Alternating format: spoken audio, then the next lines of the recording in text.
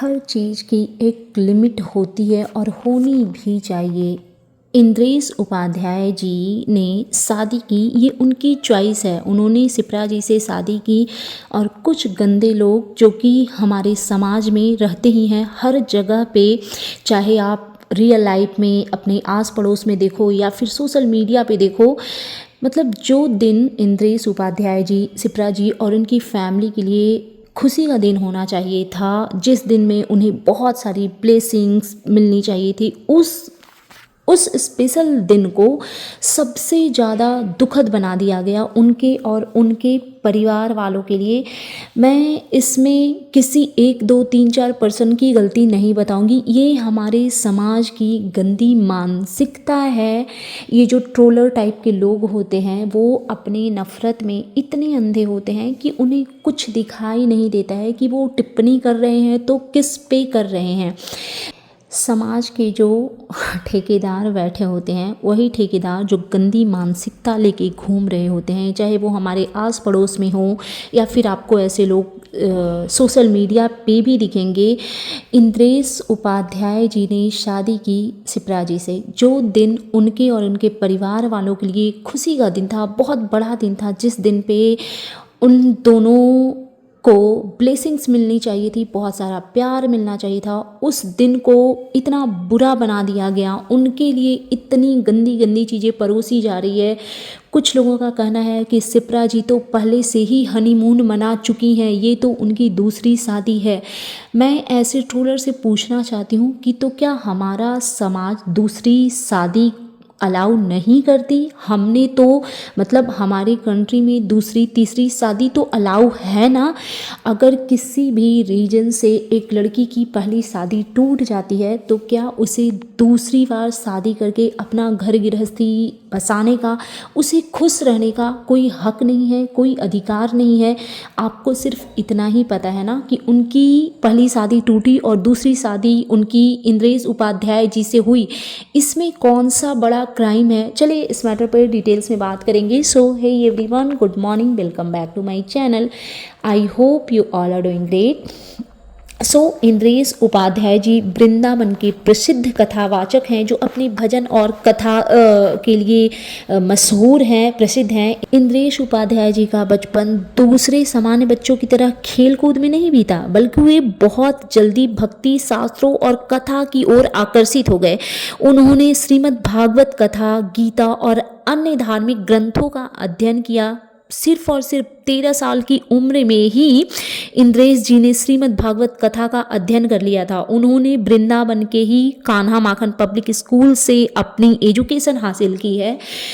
जब इंसान का जो मन किया वो उन्होंने किया। जब एक छोटे से उम्र में उन्हें लगा कि उन्हें धार्मिक चीज़ों के प्रति उनको अट्रैक्शन हुआ, वो उस फील्ड में गए। अब एज के इस पड़ाव पे आ करके अगर एक इंसान की इच्छा हो सकती है कि हमें शादी करनी है, हमें घर बसाना है, हमें अपना फैमिली चाहिए, तो क्या उस इंसान को इतना हक नहीं मिल सकता? क्यों? क्योंकि वो सिर्फ और सिर्फ एक कथावाचक हैं, तो हम उन्हें बस भगवा कपड़े में कथा करते हुए ही देख सकते हैं। हम उन्हें शादी करके किसी औरत के साथ घर बसाते हुए नहीं देखना चाहते। मतलब हमारा ये समाज कहाँ जा रहा है यार? मतलब हम इतने क्रूर हो गए हैं, हम इतने निर्दयी हो गए हैं कि किसी के शादी वाले दिन पे भी हमें उसे तकलीफ़ पहुंचाना है। और ये करते कौन है? वही समाज के ठेकेदार, जो एक अच्छाई का चोला पहन करके बैठे रहते हैं। उनका अच्छाई से कोई लेना देना नहीं होता है, बस उनको कोई एक मुद्दा चाहिए जिस पे वो किसी को गंदे तरीके से ट्रोल कर सके। इतनी ट्रोलिंग हो रही है इंद्रेश उपाध्याय जी और उनकी पत्नी की, जिसकी कुछ लिमिट नहीं है। जिस समाज ने भगवान राम को नहीं छोड़ा, तो इंद्रेश जी कौन ही खेत की मूली है। लोग खुद खुश नहीं रहेंगे, दूसरों को भी खुश नहीं रहने देंगे। लोगों का ना ऐसा मानना है कि मतलब सब कुछ करो, मेरे अकॉर्डिंग करो, ये जो ट्रोलर हैं जो उनके लिए गंदे वीडियो बना रहे हैं या जो कमेंट बॉक्स में उनकी ट्रोलिंग कर रहे हैं, मैं उनसे पूछना चाहती हूँ कि क्या आप लोगों ने वैष्णव अपराध का नाम नहीं सुना?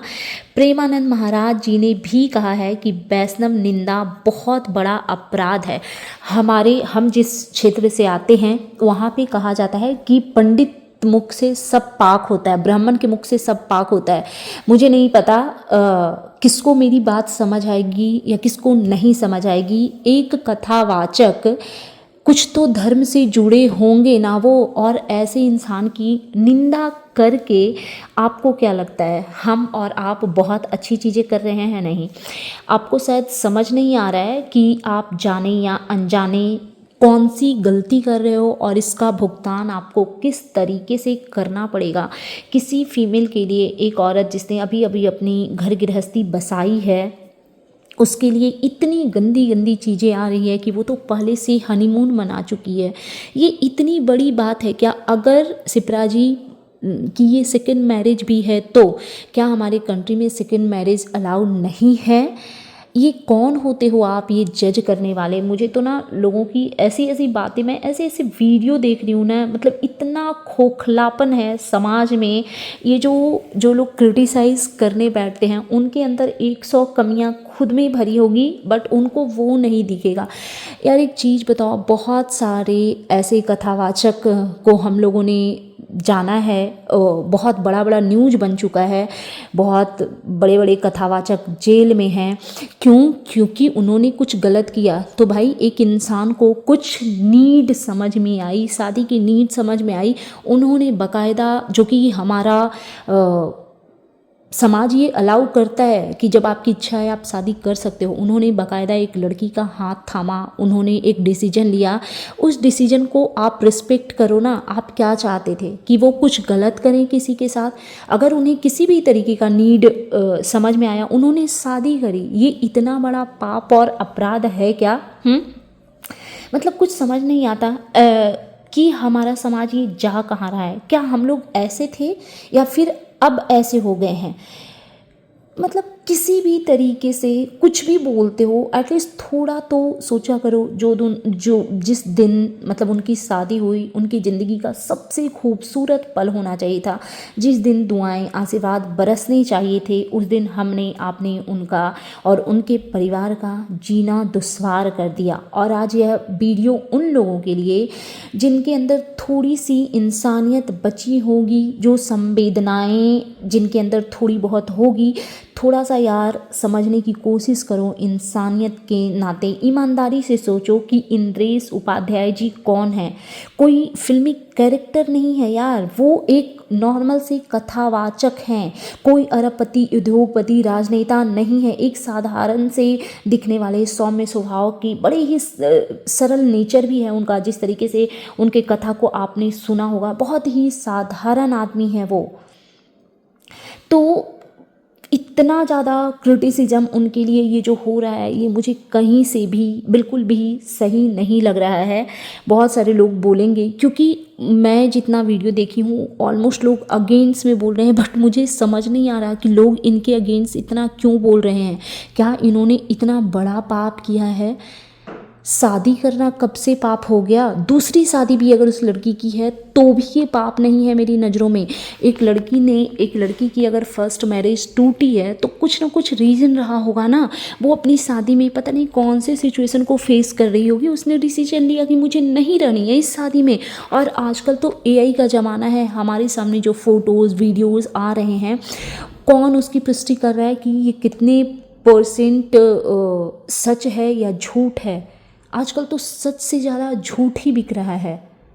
कभी आप सोचते हो कि आप जिनको ट्रोल कर रहे हो वो हैं कौन? वो एक मशहूर कथावाचक हैं। इंद्रेश उपाध्याय जी आज के समय में सबसे चर्चित कथावाचकों में से एक हैं। उनकी कथाएं सुनने के लिए हजारों श्रद्धालुओं की भीड़ उमड़ती है और उनके यूट्यूब चैनल पर भी लाखों फॉलोअर्स हैं। पिछले कुछ वर्षों में उन्होंने अपने अनोखी शैली और भगवान कृष्ण की भक्ति में डूबी हुई कई कथाएं लोगों के सामने प्रस्तुत किया है। कितनी कितनी ऐसी कथाएं हैं लोगों के दिल में खास जगह बनाई हैं। उनकी वाणी में एक अलग ही मिठास है जो लोगों को उनके प्रति अट्रैक्ट करती है। ठीक है। और ऐसे इंसान के बारे में आप लोग इतनी गंदगी कर रहे हो, एक्चुअली शर्म आनी चाहिए। जो भी लोग इस टाइप की जो गंदगी कर रहे हैं उनको एक्चुअली शर्म आनी चाहिए। एक नॉर्मल सा कथावाचक है, उसको शादी करने का हक नहीं है। फिर मैं पूछना चाहती हूँ समाज के उन ठेकेदारों से कि फिर आप कृष्ण जी की पूजा क्यों करते हो, उनको आप अपने घर के मंदिर में क्यों रखे हो। उनकी भी तो बहुत सारी प्रेमिकाएं थीं, उन्होंने भी तो प्रेम किया था, उन्होंने भी तो शादी करी थी। अब मैं भगवान के नाम पे इससे ज़्यादा मैं क्या ही बोलूँ, मुझे नहीं समझ में आ रहा है। बट ये जो भी चीज़ें चल रही है ये सही तो मेरे नज़रों में सही बिल्कुल भी नहीं है। ये उनके शादी का जो मैटर है, इंद्रेश महाराज जी की पर्सनल उनके निजी ज़िंदगी से जुड़ी हुई चीज़ें हैं। इसमें लोगों का इतना घुसना, इस हद तक क्रिटिसाइज़ करना मेरे हिसाब से बिल्कुल भी सही नहीं है। इंद्रेश उपाध्याय जी ने अपनी जीवन संगनी शिप्रा शर्मा जी से शादी की है। यह शादी बेहद धूमधाम से हुई और उनकी तस्वीरें व वीडियो सोशल मीडिया पे है। आप देख सकते हो कि वो लोग अपनी शादी से कितने खुश हैं। यार यंग आदमी हैं, सिर्फ और सिर्फ इसलिए उनको रोल किया जा रहा है बिकॉज वो एक कथावाचक हैं।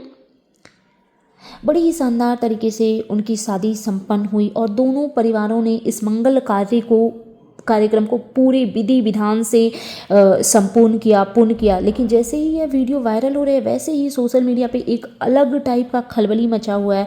कुछ ऐसी बातें सामने आने लगी जिस वजह से इनकी खुशी का माहौल जो है वो बहुत सारे सवालों के घेरे में आकर के खड़ा हो गया है। शिप्रा जी की यह पहली शादी नहीं है, ये पहले से हनीमून मना चुकी हैं।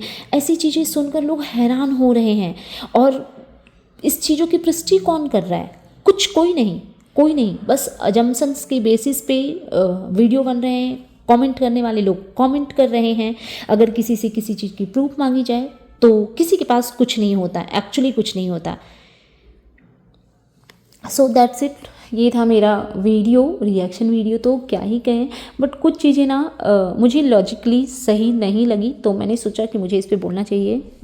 कुछ लोगों ने ऐसा दावा किया है कि शिप्रा जी की शादी पहले किसी अनमोल शर्मा नाम के एक व्यक्ति से हुई थी जो कनाडा में रहते थे और वह शादी दिसंबर 2022 में ही हुई थी।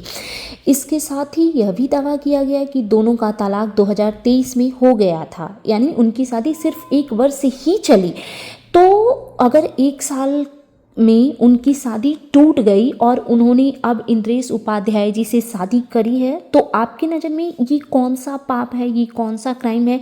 क्योंकि मेरे नज़र में ये एक नॉर्मल सिचुएशन है जो कि आजकल हमारे समाज में हो रही है। जब दो लोगों के बीच में शादी टिकना मुश्किल हो रहा है, आपस में जब तालमेल नहीं बन पड़ रहे हैं तो उनकी शादी टूट रही है। और बहुत सारे कपल ऐसे हैं जो शादी तो नहीं तोड़ते बट हर एक दिन वो घुट घुट के जीते हैं। तो इससे बेहतर जो लोग बोल्ड होते हैं ऐसे स्टेप लेते हैं, उन्होंने लिया, फिर उनकी शादी टूट गई, फिर दोनों अलग हो गए और उसके बाद जब इनकी शादी हुई है तो उनके जो पास्ट लाइफ है उसको ला करके इस तरीके से ट्रोल करना ये कहाँ तक सही है मुझे नहीं समझ में आ रहा। और फिर ये शिप्रा जी की जो पहली शादी है वो जब मीडिया पर आई है तो बहुत ज़्यादा बवाल मच गया और लोगों ने तरह तरह के क्रियाएँ देनी शुरू कर दी।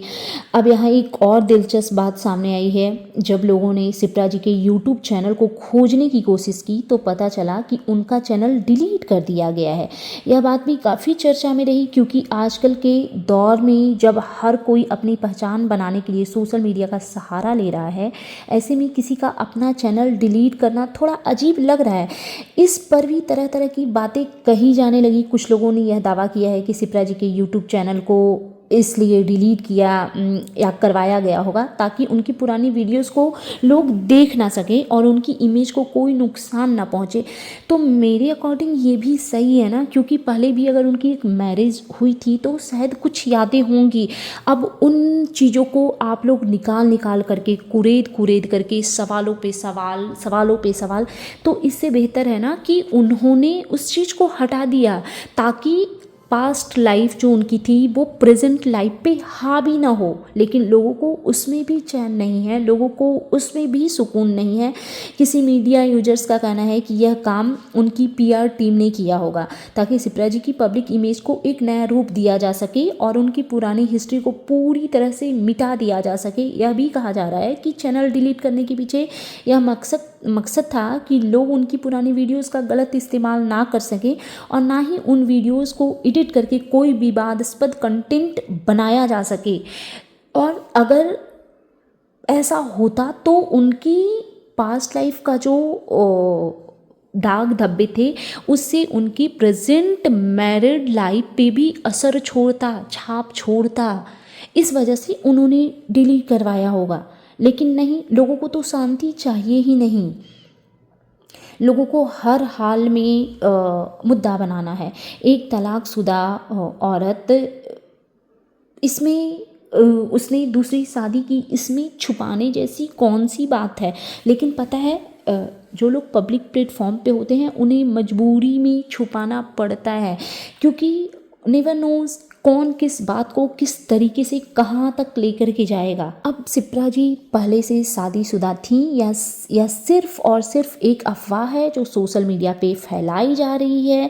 दरअसल इस तरह की खबरों को लेकर हमेशा सावधान रहना चाहिए, क्योंकि ये किसी के साथ भी हो सकता है। स्पेशली वो लोग जो सोशल मीडिया पे एक पॉपुलर फेस लेकर के बैठे हैं, जिनकी एक फेस वैल्यू है, ये किसी के साथ भी हो सकता है। सोशल मीडिया पर बिना किसी ठोस सबूत के ही लोग किसी के बारे में कुछ भी कहने लग जाते हैं, कुछ भी बोलने लग जाते हैं, कुछ भी उनके अगेंस्ट गंदगी शुरू हो जाती है। कोई इंसान सच और झूठ में फ़र्क करना, देखना, समझना सबके लिए बहुत मुश्किल लगता है। लोगों को लगता है कि क्यों ना सच हमें पता नहीं है तो क्यों ना हम एक झूठी कहानी परोस दें। लेकिन जब इतनी सारी तस्वीरें और जानकारियाँ सामने आ रही है तो मैं ये भी नहीं कहती कि नहीं, मैरिज की बात झूठ है, डिवोर्स की बात झूठ है। हो सकता है इसमें कोई सच्चाई भी हो, और उन्होंने सच्चाई छुपाई। सच्चाई छुपाने का एक बहुत बड़ा रीज़न है। और मुझे तो हंसी आती है ऐसे कमेंट्स पढ़ के। इंद्रेश जी ने बहुत गलत किया, समाज में बहुत गलत असर होगा। एक बार आप सोचते हो कि आपके इस कमेंट से लोगों पे क्या असर होगा, समाज में क्या मैसेज जाएगा कि किसी महिला की शादी हुई है और आप उसके लिए ये टिप्पणी दे रहे हो कि ये तो पहले ही हनीमून मना चुकी है। ऑब्वियसली अगर उन्होंने पहले शादी करी थी तो ऑफ कोर्स उन्होंने हनीमून मनाया होगा। ये इतनी बड़ी बात है क्या? बताने जैसा इसमें न्यूज है क्या? ऑफ कोर्स अगर वो शादीशुदा हैं तो उन्होंने पहले सब कुछ करा होगा। आप बड़ा अच्छा मैसेज दे रहे हो, समाज को बहुत ऊपर ले जा रहे हो। खुल गई इंद्रेश महाराज जी की पोल। इनकी पत्नी सिप्रा तो पहले से शादीशुदा हैं, वो तो पहले भी हनीमून बना चुकी हैं। ऐसे ऐसे वीडियो वायरल हो रहे हैं। यह वीडियो मशहूर कथावाचक इंद्रेश उपाध्याय जी महाराज की शादी की वीडियो जितनी वायरल नहीं हो रही है, उससे कहीं ज़्यादा ऊल जलूल वीडियो बन रहे हैं उन दोनों पति पत्नी से रिलेटेड। जो उनका सबसे स्पेशल डे होना चाहिए था, उस दिन को लोगों ने बहुत गंदा कर दिया। लेकिन ये किस टाइप के लोग होते हैं जो ऐसी हरकतें करते हैं? एक खूबसूरत शादी के बीच ऐसा खुलासा होना कि मतलब सुन कर के आप चौंक जाओगे, क्योंकि सोशल मीडिया पे इतने बड़े बड़े दावे किए जा रहे हैं कि सिप्रा जी पहले से हनीमून मना चुकी हैं, ये उनकी दूसरी शादी थी। आपको भी सुन के बहुत अजीब लग रहा होगा, आप भी ऐसे वीडियो देख रहे होगे हर दिन हर टाइम। So that's it. ये था मेरा वीडियो, रिएक्शन वीडियो। तो क्या ही कहें, बट कुछ चीज़ें ना मुझे लॉजिकली सही नहीं लगी, तो मैंने सोचा कि मुझे इस पे बोलना चाहिए। आई होप आप लोग मेरी बात से एग्री करोगे। Bye bye guys, take care, lots of love. अगर आप मेरे चैनल पे नए हो तो प्लीज़ चैनल को सब्सक्राइब कीजिएगा, वीडियो को लाइक करना बिल्कुल भी मत भूलिएगा, फैमिली एंड फ्रेंड्स के साथ शेयर कीजिएगा, बेल आइकन दबाइए ताकि आपके पास नोटिफिकेशन जा सके। Thanks for watching. Bye bye guys, take care, lots of love.